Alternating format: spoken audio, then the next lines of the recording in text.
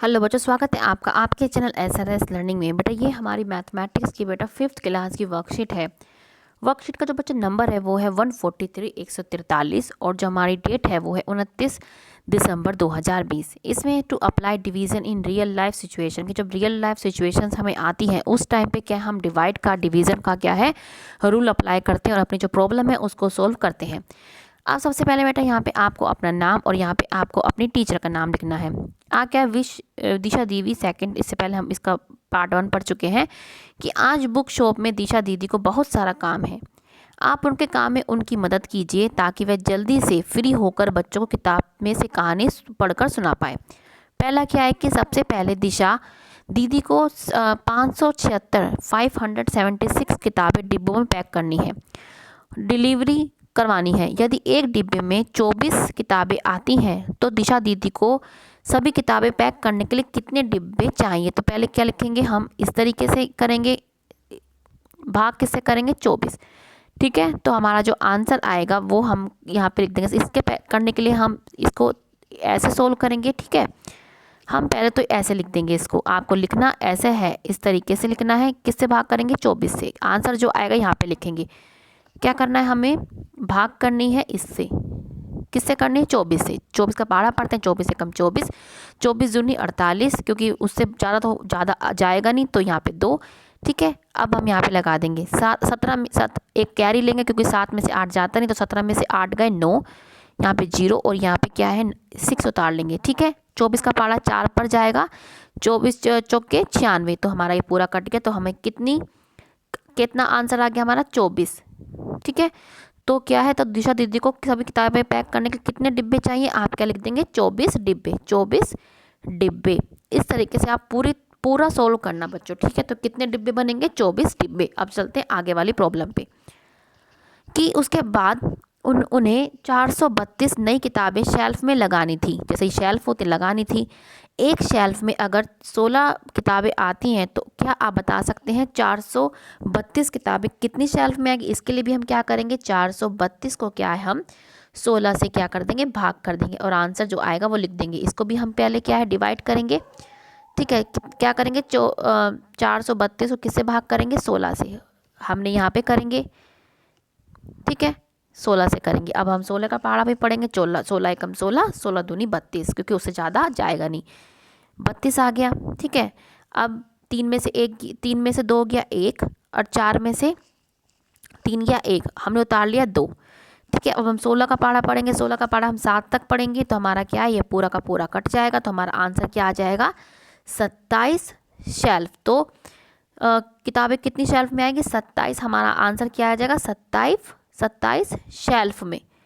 ठीक है, शेल्फ में हमारा आंसर आ जाएगा 27 शेल्फ। अब हम चलते हैं आगे कि जब दीदी ने 432 किताबें लगा ली तो उन्हें मालूम पड़ा कि 32 किताबें और लगनी बाकी है। तो क्या बता सकते हैं कि ये किताबें कितनी शेल्फ में आ गई। अब हमें क्या है 432 तो हमारे पास पहले ही था, अब लेकिन 32 किताबें और आ गई तो 32 हमें इसमें क्या है ऐड करना पड़ेगा, हम जमा करेंगे। इस तरीके से बेटा आपको करना है, स्टेप बाय स्टेप आप करते जाएँ, इस तरीके से लिखते जाएँ। 4 6, अब उसके पास टोटल कितनी है 466। अब हम इसे डिवाइड करना है, अब हमें डिवाइड करेंगे इसी तरीके से। 466 को किससे करेंगे 16 से ही करना है क्योंकि 16 ही एक शेल्फ में आती है।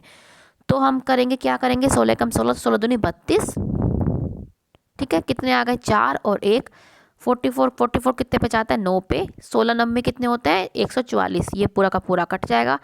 तो कितनी शेल्फ में आएंगी 29 शेल्फ। कितनी में आप क्या लिख देंगे आंसर 29, क्या लिखेंगे बेटा 29 शेल्फ। ठीक है, 29 शेल्फ। ठीक है, तो ये कितना आ जाएगा 29 शेल्फ। तो बच्चे पूरा का पूरा आपने लिखना है। पहले तो आप इसको 32 को प्लस करना है इसमें, फिर इसको ऐसे डिवाइड करके बताना, तो आंसर कितना आ जाएगा 29 शेल्फ। अब हम चलते हैं आगे। अब क्या है हमारा हमारी जो प्रॉब्लम है वो क्या है, हमारी फोर्थ प्रॉब्लम कि काम में कोई गलती ना आ जाए, इसलिए दिशा दीदी हमेशा अपने किए गए हिसाब को फिर से चेक करती है। वह जब भी डिवाइड करती है तो उसे चेक के लिए गुना करके जरूर देखते हैं कि भाई जो उसका आंसर उसे निकाला है सही भी निकाला है। जैसे हम ये देखते हैं कि 125 को जब 5 से भाग किया तो 25 बराबर हिस्से हुए, जैसे ये हुए। ठीक है, जब हमने कैसे करा, हमने जब 125 को जब हमने 5 से डिवाइड किया तो कैसे किया, 5 एकम 5, 5 दूनी 10, 10 आया, 2 उतर गया, फिर क्या 25 25 कट जाएगा, 5 5 25, कितने आ गए 25। हमने इस तरीके से डिवाइड करा, फिर क्या है 25 भाग को 5 से गुना करा, फिर क्या जो उसका आंसर आया था 25 को उसने 5 से गुना किया तो 125 मिलता है या नहीं। तो अगर उसका 125 मिलता है तो उसका आंसर क्या है, सही आएगा। यदि मिलता है तो समझो कि आपकी भाग सही है क्या, यदि नहीं मिलता तो भाग करने में या फिर गुना करने में कोई ना कोई चूक हुई है। ऐसी स्थिति में आप सवाल को एक बार फिर से हल कीजिए।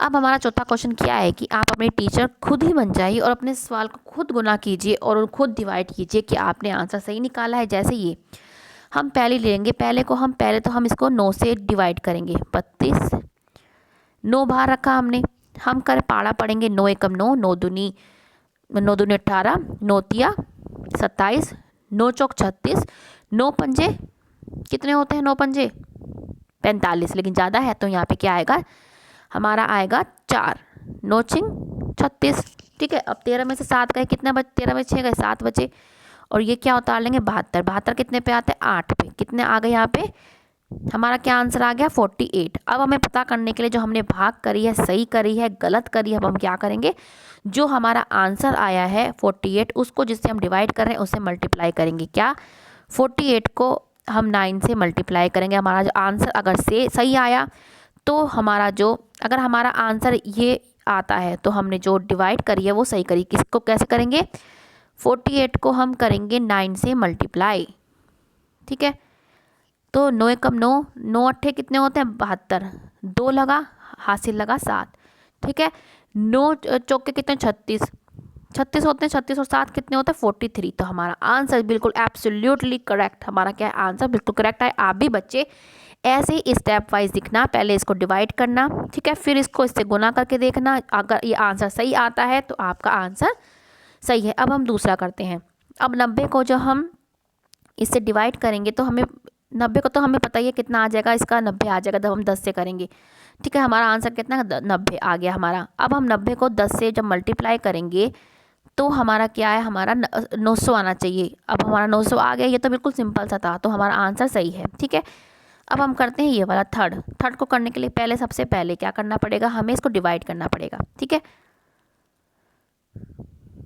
देखो क्या है 380 को करना है 12 से, तो 12 की आप टेबल पढ़ेंगे।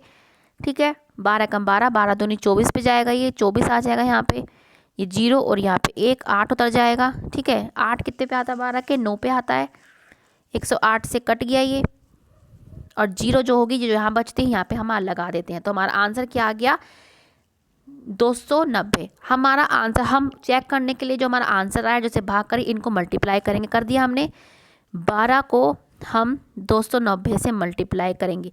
अगर हमारा आंसर 3480 आया तो हमारा आंसर सही है। तो इसके लिए हम क्या करेंगे, भाग करेंगे किसको, 290 को किससे करेंगे 12 से भाग करेंगे, करो भाग नहीं सॉरी मल्टीप्लाई, 0 2 को कितने आएंगे यहाँ पे 8 आएगा, हासिल लगा 1, और यहाँ पे कितना आएगा 5, और 1 से करेंगे 0, 9 और 2। अब हम इसको करेंगे कितना आएगा 2, चेंज कर लेते हैं पेन।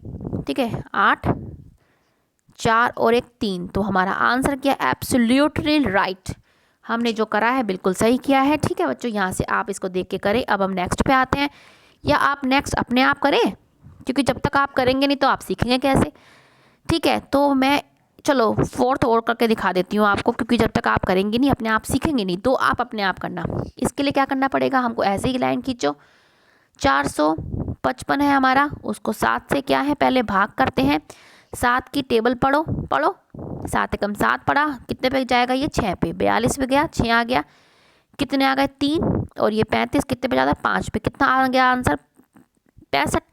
अब 65 को हम क्या करेंगे 7 से गुना करेंगे। ठीक है, करो, अगर मैं 65 को अगर मैंने 7 से मल्टीप्लाई किया, अगर मेरा आंसर 455 आया, तो जो मैंने डिवाइड किया है वो बिल्कुल मेरा सही आया। तो हम डिवाइड करेंगे, कैसे करेंगे इसको, मल्टीप्लाई करेंगे कैसे, 65 को 7 से करो, ठीक है, 7 एकम 7, 7 पंचे कितने होते हैं 35, हाथ से लगा 3, और 7 छिंग 42, 42 और 3 कितने होते हैं 45। तो हमारा एब्सोल्युटली करेक्ट। तो ये आपका आंसर क्या है बच्चे, बिल्कुल करेक्ट आ गया। तो आप बच्चे अब आपको नेक्स्ट अपने आप करना है, ठीक है, आपने आप करके इसको देखो। जब आप इसको भाग करोगे ना तो इसका आंसर 113 आएगा। मैं ये आपको बता देती हूँ कितना आएगा 113।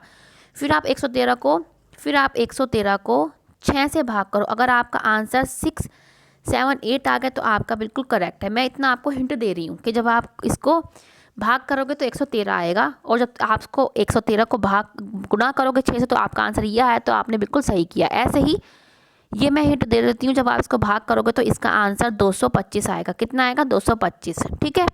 और अगर आप 11 को 225 से भाग करते हैं तो आपका आंसर अगर 2475 आया तो आपने जो भाग करी है बिल्कुल सही करी, क्योंकि 2 में आपको हिंट भी दे दिया मैंने, क्योंकि अगर मैं ही करती रही तो आपको बेटा कैसे आएगा। मैंने 4 कर दिए हैं और 2 भी मैंने आपको पूरे हिंट के साथ बता दिया है।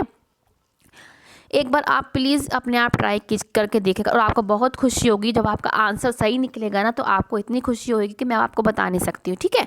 तो चलो बच्चे ज़रूर करना, छोड़ना मत please, it's my request to you, ठीक है। अब क्या है, अभिभावकों को सुझाव पढ़ लेते हैं कि क्रॉस चेकिंग यानी कि अपने किए हुए काम को खुद से दोबारा चेक करना क्यों महत्वपूर्ण है, इस पर बच्चों चर्चा करें।